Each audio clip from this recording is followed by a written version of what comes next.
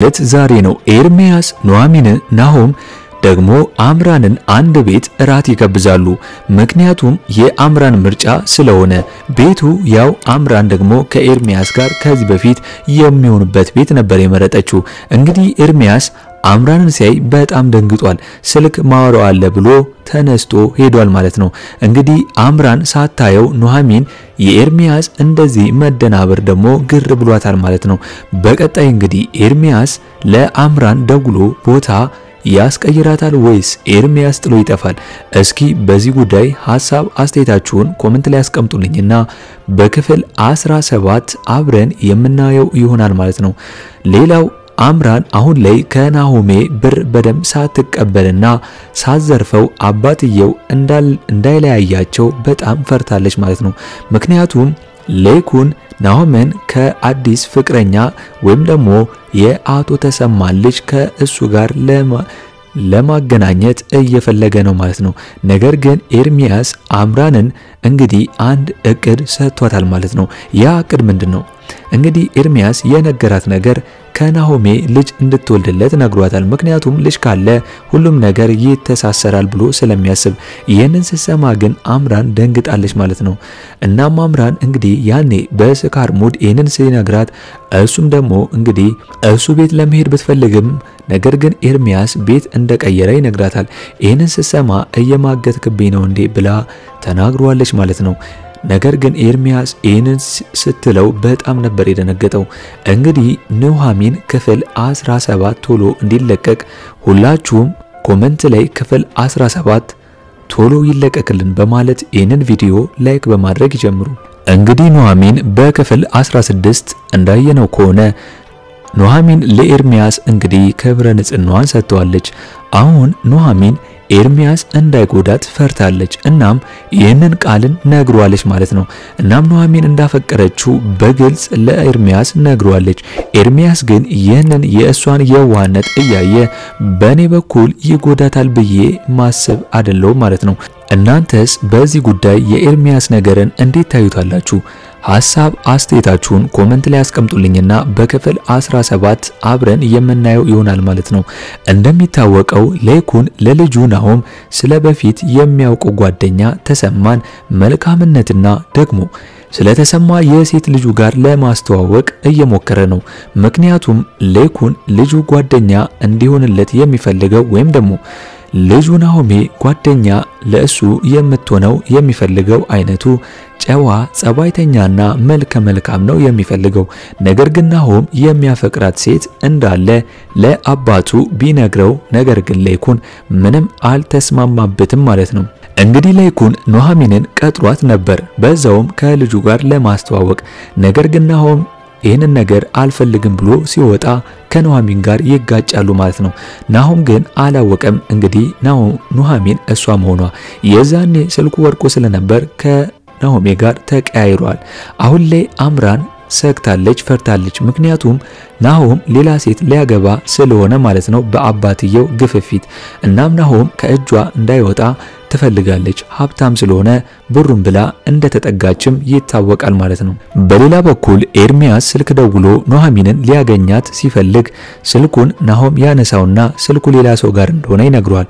ነገር ግን እንግዲህ ናሆሜ ኤርሚያስ ነው የደወለው በማለት ሲል አምራን ደንግጣ ነበር። ከኤርሚያስ ጋር እንግዲህ ፍቅረኛ ስለሆነች ማለት ነው።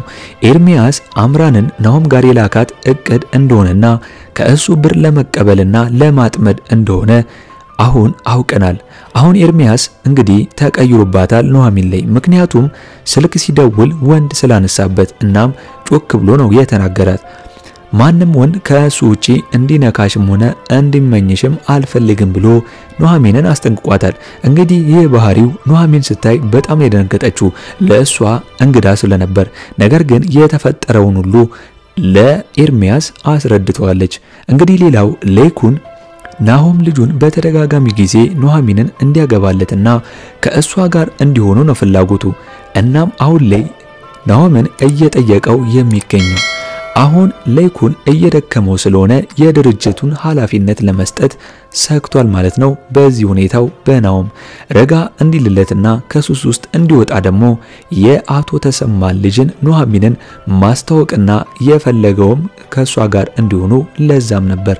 አምራን አሁን ላይ ከናሆሚ ብር በደም ሳትቀበልና ሳትዘርፈው አባትየው እንዳይለያያቸው በጣም ፈርታለች ማለት ነው።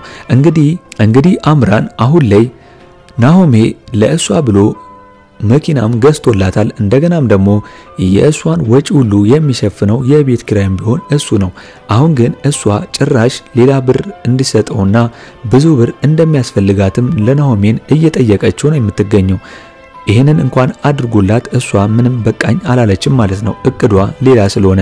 ናሆሜ ግን ይሄን ነገር አላወቀም። ምክንያቱም አምራን ታፈቅረኛለች ብሎ ስለሚያስብ ማለት ነው። እንግዲህ አሁን ላይ አምራን በጣም ፈርታለች። ምክንያቱም ናሆሜ ሌላ ልጅ እንደምታገባ በተደጋጋሚ ጊዜ እንግዲህ ናሆሜ በአባቱ ግፊት ሌላ ሰው ማግባት ወይም ደግሞ ሌላ ሴት ማግባት እንዳለበት እየነገራት ይገኛል። እንግዲህ ይህንን ነገር ስትሰማ በጣም ደንግጣለች። እንግዲህ ይህንን ነገር ወስዳ ከኤርሚያስ ጋር ያወሩበታል እቅዳቸው ስለሆነ። ስለዚህ ኤርሚያስ ያለሽ አማራጭ እንግዲህ ለምን አትወልጅለትም ብሎ ነግሯታል ማለት ነው። እንግዲህ ኤርሚያስ በአንድ ድንጋይ ሁለት ወፍ እያጠመደ ይመስለኛል። ምክንያቱም አሁን ከናሆሜ ልጅ ከወለደች እንግዲህ እሷን ይተዋትና ብሯን ብቻ እየተቀበለ እሱ ከኑሐሚን ጋር ዓለሙን ይቀጫል ብዬ ነው ማስበው። እናንተስ በዚህ ጉዳይ ምን ታስባላችሁ? ሐሳብ አስተያየታችሁን ኮሜንት ላይ አስቀምጡልኝና በክፍል 17 አብረን የምናየው ይሆናል ማለት ነው። እንግዲህ አሁን ላይ ኤርሚያስ ኑሐሚንን የራት ግብዣ ሊጋብዛት አስቦ ነበር። እንግዲህ አምራን ደግሞ ከናሆም ጋር የራት ግብዣ ለመጋበዝ ተስማምተዋል። እንግዲህ አሁን ላይ አምራንና ኤርሚያስ ከዚህ በፊት የሚገናኙበት ቤት አንድ ስለሆነ የአምራን ምርጫ ያ ቤት ደግሞ ስለሆነ እንግዲህ አንድ ቤት ሁለቱም ይገናኛሉ ማለት ነው። እንግዲህ ኤርሚያስ አምራንን ቀድሞ ሲያያት በጣም ደንግጦ ሄዶ በጣም ይደነግጥና ሳታየው ቀስ ብሎ ይወጣል ማለት ነው። ስልክ ላውራ ብሎ ኑሐሚንን በማስፈቀድ እንግዲህ አሁን ላይ ኤርሚያስ አምራንን ከዛ ቤት እንድትወጣ ያደርጋታል ወይም ደግሞ ኤርሚያስ ቀስ ብሎ ከዛ ቤት ያመልጣል።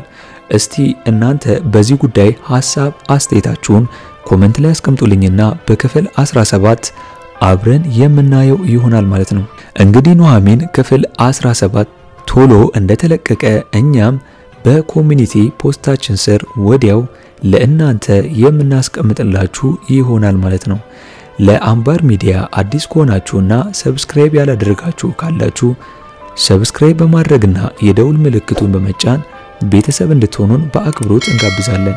በቀጣይ ክፍል እስከምንገናኝ ድረስ መልካም ቆይታ ይሁንላችሁ። ቻው ቻው።